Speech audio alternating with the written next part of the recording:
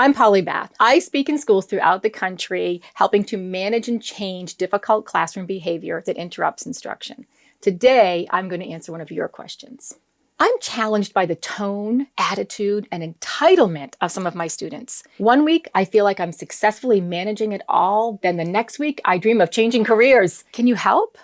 Oh, gosh, every time I hear of a teacher dreaming of changing careers, I always go, please, please, don't run from us. We need you. When you are dreaming of changing careers, I think it's getting to the bottom of my why. Why did I go into this in the first place?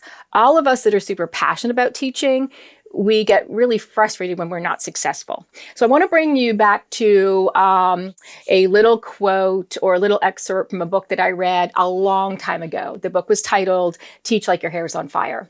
And some people might remember it.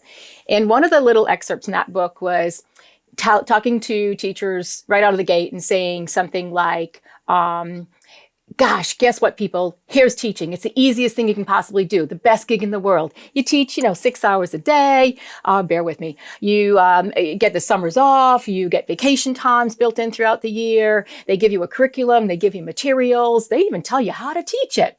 You know what? And if you're not great at it, lots of times you still get to stay, right?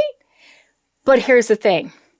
If you got into it for the right reasons, it's going to be the hardest job of your life.